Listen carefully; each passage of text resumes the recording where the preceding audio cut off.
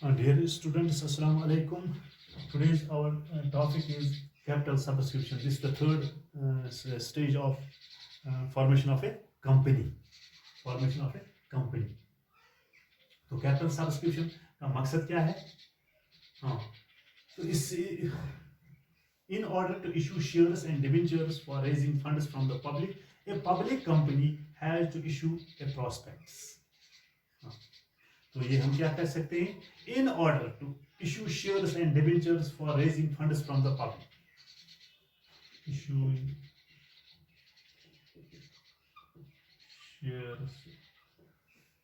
issuing shares and debentures.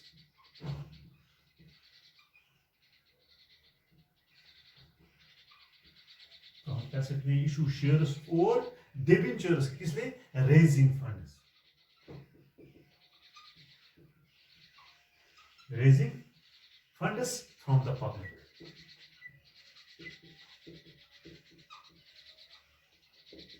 From the public, a public company has to issue a prospectus. A public company जो होता है वो issue करती है एक prospectus of regarding the issue of shares and debentures. तो उससे हम अपने फंड्स को क्या कर सकते हैं? रेज कर सकते हैं, मतलब बढ़ा सकते हैं. A prospectus can be, prospectus क्या है? It is an invitation to the public. Prospectus is an invitation to the public. कि आप आए और सब्सक्राइब कीजिए यहां पर capital of the company to make the deposits in the company.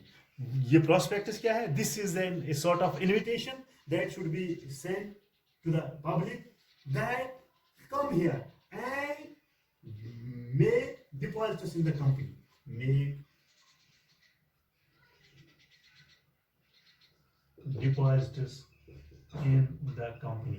हमारी कंपनी में आए और यहां पर आप डिपॉजिट कीजिए, जिससे क्या मकसद क्या होता है? उससे अपने फंड्स को हम क्या रेज कर सकते हैं. In order to issue the shares and debentures for raising funds from the public, a public company has to issue the prospectus to the public. A prospectus क्या? It is an invitation to the public. It is an invitation to the public to subscribe the capital to the company or to make. जैसे यहाँ subscribe कीजिए capital या deposit कीजिए यहाँ पर क्या? अपने make deposits in this company so that we can raise funds. तो इसके लिए क्या होता है? ये जो हम किस तरीके से मतलब फंड्स को रेज कर सकते हैं. हाँ, main steps involve in raising funds from the public is number 1 is CD. SEBI. CD का मतलब क्या है? Securities and exchange board of India. SECO, securities exchange board of क्या. हाँ, जो रेजिंग फंड्स के लिए कितने मतलब स्टेप्स दरकार हैं या कौन से मतलब स्टेप्स हम उठाते हैं. How the public can come and deposit their savings in our company. तो पहला है SEBI, securities exchange board of India. ये क्या है? This is a regulatory authority of India. It issues several guidelines. ये क्या करते हैं? Several guidelines for the disclosure and information and investor protection. ये कुछ गाइडलाइंस पर ये सिक्योरिटी एक्सचेंज बोर्ड ये क्या करता है? This is a regulatory authority of India. It is a regulatory authority of India. ये एक अथॉरिटी है, ये इश्यूज करते हैं सिवर. इन्होंने क्या कहते हैं? It has given some this guidelines for the disclosure of information and investor protection. तो जो ये इन्वेस्ट कहते हैं उसको हम किस तरह से प्रोटेक्ट कर सकते हैं. कंपनी ये कंपनी को क्या करना है? A company is required to take the approval from CB. ये जो सीबीआई जो कंपनी होता है जिसको ये मतलब ये जो प्रोस्पेक्टस या ये इनविटेशन है, इसको पहले अप्रूवल करना, इसको पहले अप्रूवल लानी है कहाँ से, इस securities exchange board of India से। उसके बाद ये इनविटेशन मतलब सर्व करेगी किनको, पब्लिक को। समझ आता है? A company is required to take approval, यानी he has to take the approval from the CBI of inviting funds from the general public। ये जनरल पब्लिक को तभी मतलब ये इनविटेशन दे सकते हैं unless it should be approved by the Securities Exchange Board of India। Securities Exchange Board of India तभी वो वहां पर वो इनविटेशन कर सकते हैं कि वहां पर उसने कुछ गाइडलाइंस दिए होते हैं कि किस तरह से आप यहाँ पर डिपॉजिट कर सकते हैं अपने इस मतलब इन्वेस्ट कर सकते हो या डिपॉजिट कर सकते हो अपनी सेविंग्स को। तो लेकिन उसको अप्रूवल कहां से आनी है, securities, it is a regulatory authority of India, this is the it is a regulatory authority of India. इन्होंने कुछ गाइडलाइंस होती है, तो उन्हीं गाइडलाइंस के तहत ये पहले ये कंपनी जाती है उनके पास, वहां से उनको अप्रूवल है, and then he invites the depositors from the general public. तो नेक्स्ट क्या है, नेक्स्ट है filing of prospects.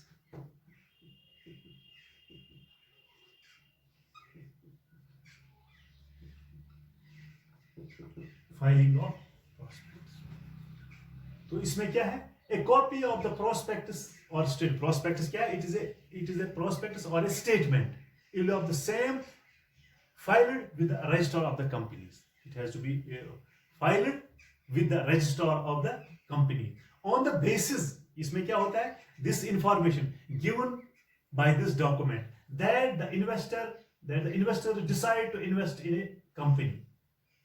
It is essential that documents provides all significant information and must not containing any misleading। ये जो filing of prospectus है इसमें ये दिया होता है that the document is provided all significant information। The document, ये जो डॉक्यूमेंट है इसमें क्या होता है, gives all significant information, all significant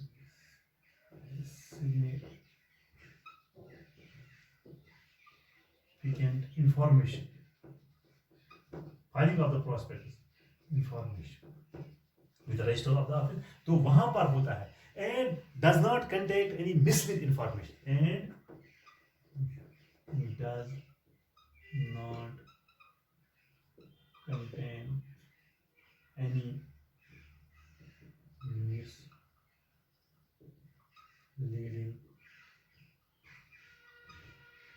information। तो क्या है, a copy of the prospectus, ये फाइलिंग ऑफ प्रोस्पेक्टस या आप स्टेटमेंट इसको कहेंगे।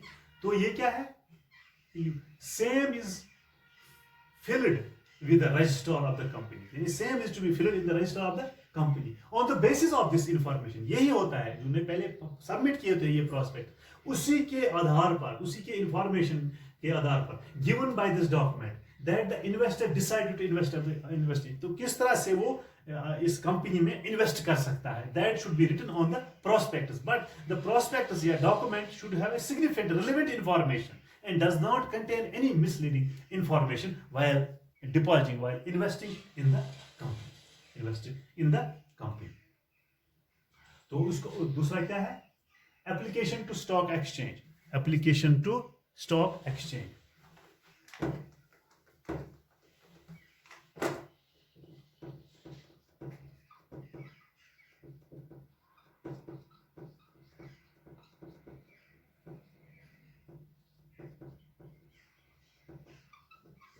एप्लीकेशन टू स्टॉक एक्सचेंज, ये क्या होता है, the company files an application to at least one stock exchange for permission to deal with the shares and debentures of the company. ये application उनको करनी पड़ती है, हर एक कंपनी को, जो कंपनी है उसको फाइल करनी है application at least minimum one exchange, एक स्टॉक एक्सचेंज में एक एप्लीकेशन उसको फाइल करनी है for permission in deal with shares.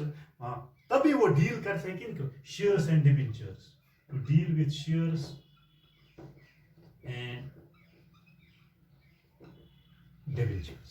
उनको स्टॉक एक्सचेंज में एक फाइल सबमिट करती है कि उनको परमिशन वहां से मिलेगी so that they can deal with sorry deal with shares and debentures of the company.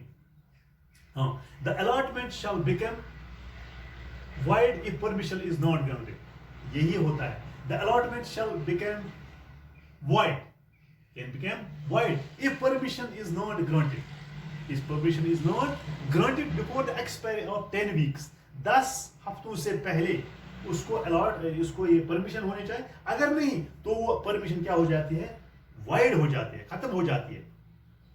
From the datement of closure of subscription list, जो सब्सक्रिप्शन लिस्ट उनको तो 10 हफ्ते पहले ये देना है. अदरवाइज ये जो एप्लीकेशन में डालिए वो वाइड हो जाएगी. In case of such an application money received is also return to the applicants within 8 days. अगर ये नहीं तो जो एप्लीकेंट होते हैं उनको 8 दिनों के अंदर अंदर आपको ये तमाम पैसे वापस, ये जो मनी में इसमें डाले होते हैं उसको वापस देना पड़ता है.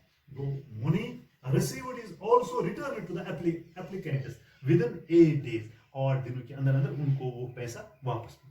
लेकिन आपको पहले ये मतलब at least one exchange there should be you can give the every company should submit an application to one stock exchange that he can deal with shares and debentures.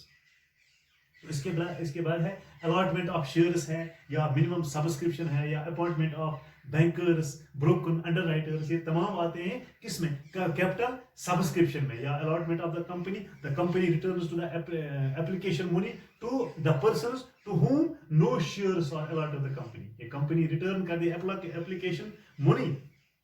The company returns the application money to the persons to whom no shares is allotted to the company, while the person to whom less number of shares is allotted, the excess application money is either returned or adjusted towards allotment money. Towards allotment money. Successful editors are given allotment letter. ये जो successful ये जो alloters है जिनको उनको मिलती है allotment letter. A return of the allotment signed by the director or secretary is filed with the register of the companies within 13 days of the allotment.